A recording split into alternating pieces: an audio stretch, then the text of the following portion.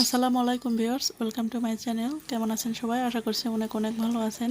আজকে আমি আপনাদের সাথে শেয়ার করছি পুঁই শাকের একটি রেসিপি। আশা করি আপনাদের কাছে ভালো লাগবে। ভালো লাগলে আমার চ্যানেলটিকে সাবস্ক্রাইব করে পাশে থাকা বেল আইকনটি ক্লিক করে দেবেন, যাতে করে পরবর্তী ভিডিও ছাড়ার সঙ্গে সঙ্গে নোটিফিকেশন পেয়ে যান। তো প্রথমে চুলায় একটা প্যান বসিয়ে আমি 1 কাপ তেল দিয়েছি, তারপরে হাফ কাপের মতো পেঁয়াজ কুচি দিয়েছি আর 3-4টা কাঁচামরিচের ফালি দিয়ে আমি একটু ভেজে নিলাম পেঁয়াজটা ব্রাউন করে। তারপরে আমি এখানে দিয়ে দিচ্ছি 2 টেবিল চামচ আদা রসুন বাটা। তো আদা রসুন বাটা পেঁয়াজের সঙ্গে একটু ভেজে নিচ্ছি, যেন আদা রসুন বাটার যে কাঁচা একটা গন্ধ থাকে সেই গন্ধটা না থাকে, এর জন্য একটু ভেজে নিচ্ছি।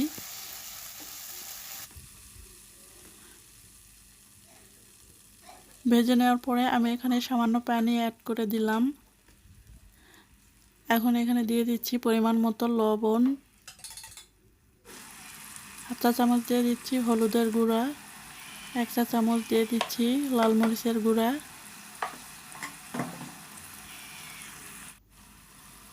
হাফ চা চামচ দিয়ে দিচ্ছি জিরার গুঁড়া।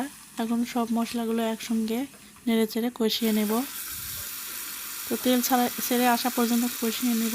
তো তেল যখন ছেড়ে আসবে তখন আমি মাছগুলো দিয়ে দিচ্ছি।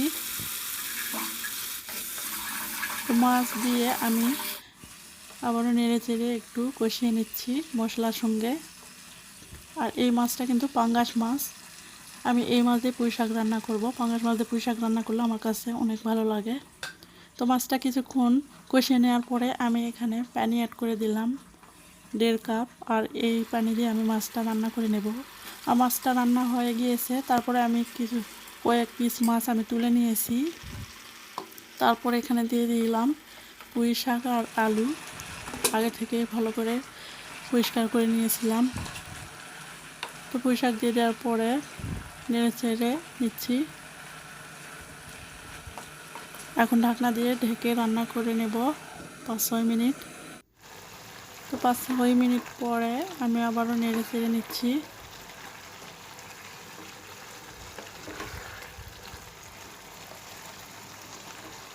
এখন আমি এখানে দিয়ে দেব পানি। আর এই পানি দিয়ে আমি পুঁই শাকটা রান্না করে নেব। পানি দিয়ে নেড়ে চেড়ে আবারও ঢাকনা দিয়ে ঢেকে রান্না করছি 10 মিনিট। তো 10 মিনিট পর আরও একবার নেড়ে চেড়ে নিচ্ছি। তো অনেকটাই পানি আছে, পুঁই শাক থেকে অনেকটাই পানি বেরিয়ে এসেছে। তো আমি আরও 5 মিনিট রান্না করে নিচ্ছি।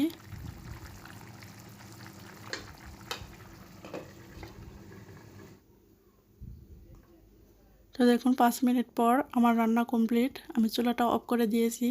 তো কেমন লাগলো এই পুঁই শাকের এই রেসিপিটি আপনাদের কাছে? অবশ্যই কমেন্টের মাধ্যমে জানাবেন। ভিডিওটি ভালো লাগলে লাইক কমেন্ট শেয়ার করে পাশে থাকবেন। আর অবশ্যই আমার চ্যানেলটিকে সাবস্ক্রাইব করে দিবেন। আজকের মতো এ পর্যন্তই। আল্লাহ হাফেজ।